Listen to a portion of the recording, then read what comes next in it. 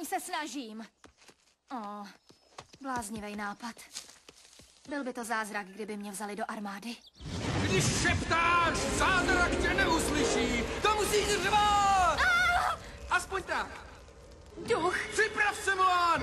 Záchrana se řídí dračí rychlostí! Posílej mě za tebou tvoji předkové, abych ti pomohl jako chlap chlapovi! Jestli chceš zůstat, tak sebou mrzkej.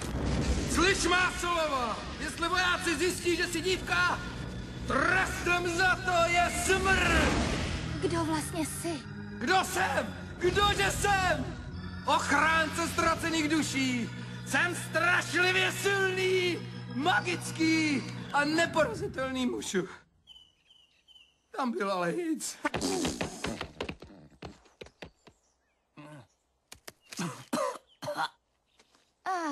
Mí předkové mi na pomoc posílají ještěrku? Hele, draka, ne ještěrku, nemrskám jazykem.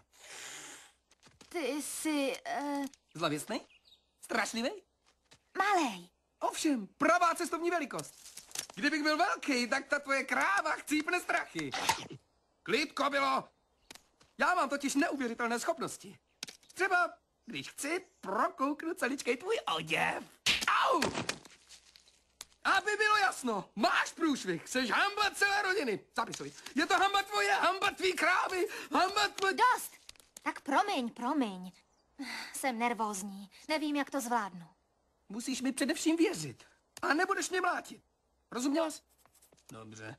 Takže se do toho hned kavrenem. Balíme! Mně se zvíře.